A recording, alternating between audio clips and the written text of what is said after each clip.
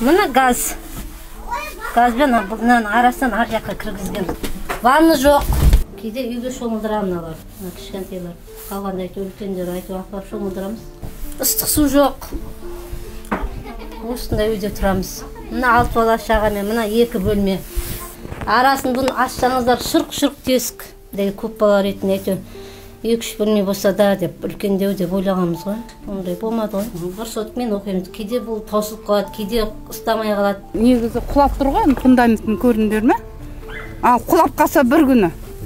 Мына бір қора адам не боламыз? Мына арнайы бізде ЧС деген бар. Қазір министрлік құрылды қайтадан. Солар келіп бағана қауіпсіздіктің бәрін қарау керек. Балон қалай жағып жатыр? Дұрыс айтасыз. Құдай сақтасын, еден қырылып қап. Одан кейін қаза тапқан кезде жасағанымыздың кімге керегі бар? Алдын ала жұмыс жасау керек. Жергілікті билік. Кім кеп тексермейді, көрмейді.